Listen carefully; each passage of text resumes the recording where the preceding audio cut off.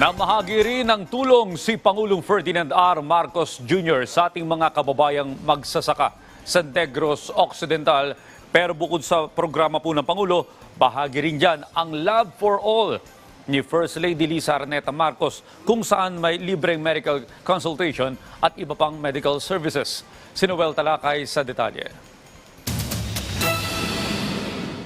Higit 10,000 mga magsasaka at mangingisda ng Negros Occidental ang nakatanggap ng ayuda mula kay Pangulong Ferdinand Marcos Jr.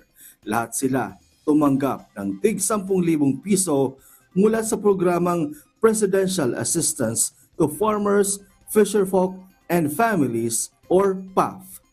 Ako po gapapasalamat sang biyaya na galing sa kay BBM.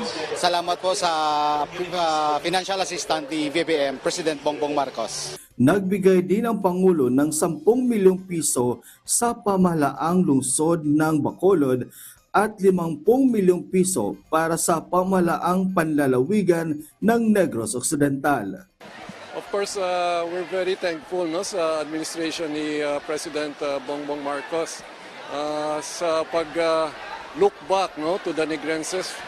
Since we suffered from El Nino, we suffered from African swine fever, we suffered from the eruption of Mount Canlaon. The President has always been there. Malaking bagay siyempre para sa amin sa Negros Occidental at sa Bacolod ang ganitong klaseng activity, no? Malaking tulong ho ito para sa ating mga magsasaka at mangingisda, no?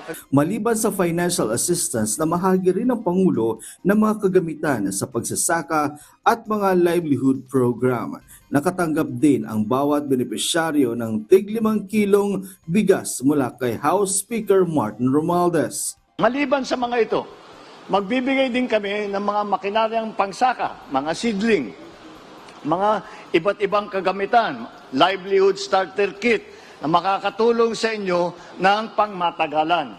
Kasama rin ng Pangulo sina Assistant Secretary Anton Lagdameo Jr., DSWD Secretary Rex Gatchalian, Agriculture Secretary Kiko Laurel, DILG Secretary Benhur Abalos Jr., at ang mga lokal na opisyal ng Negros Occidental.